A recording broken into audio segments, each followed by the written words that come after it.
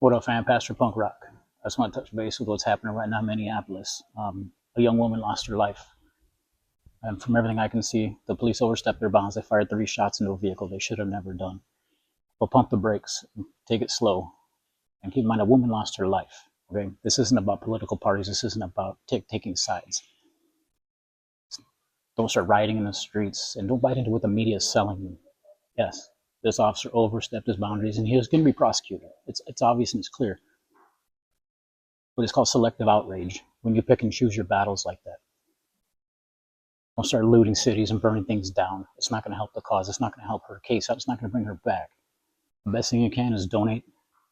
I know she's raised over almost $500,000 at this point, and that's good. Keep doing that. Don't go and act like a bunch of fools and make it look worse. I'm sure the officer feels terrible for what happened. Nobody likes taking a human life, no matter who they are. Take a minute and think about the people involved and what really happened. Don't just take it as I hate the cops and this girl, she was a liberal, she deserved it, because that's not what it's about. Put it in perspective. Think about the families involved. Donate money. Help her funeral expenses. Help her family get through this. The money's not going to save them. It's not going to stop the hurt and the anger. That's the thing. You're not going to change that. But you can make the transition a little bit easier for them. And don't go vilifying this cop. I'm sure he feels terrible for what he did. I'm sure he wasn't trained properly. He was probably young. He made a mistake. Unfortunately, that mistake cost a life. And that life can never be replaced. So you want to talk about reform? Let's reform the government first, because the government's pushing these agendas and these hard lines, and they're putting pressure on these individuals to do the things they're doing.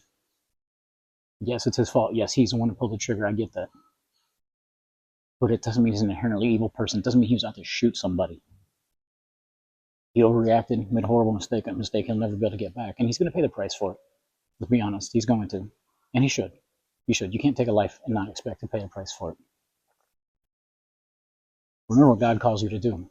God calls you to forgive and let the justice system take its course of action.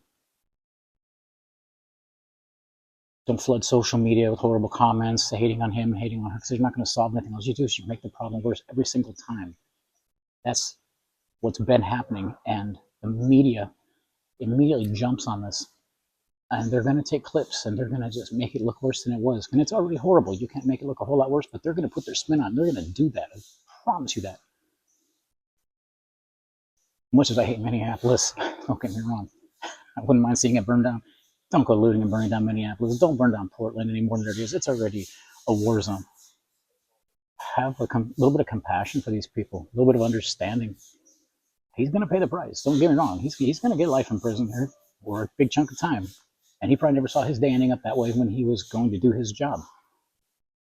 Let's hold those accountable that are higher up, that put these people in these positions without proper training, without proper understanding.